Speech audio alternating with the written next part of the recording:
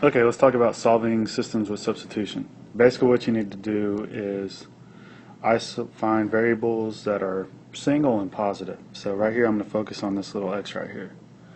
So what I'm going to do is I'm going to solve this first equation for x. So I'm going to add y to both sides, and I get x equals negative 11 plus y.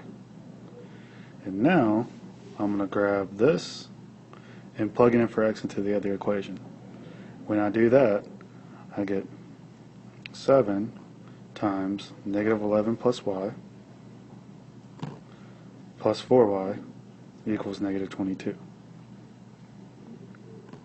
Distribute the 7, and I get negative 77 plus 7y plus 4y equals negative 22. Combine the y's, you get negative 77 plus 11y equals negative 22. I'm going to add 77 to both sides, and I get 11y equals 55.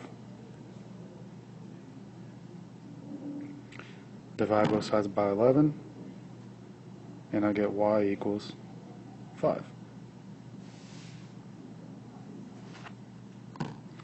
Now that we know what y is, now we can just plug that back into what we use for substitution to get x. So I get x equals negative 11 plus 5, and I get x equals negative 6. So I get the solution, negative 6, 5.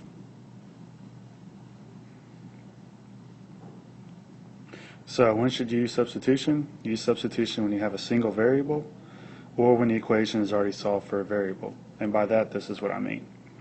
So if you have an equation that looks like this,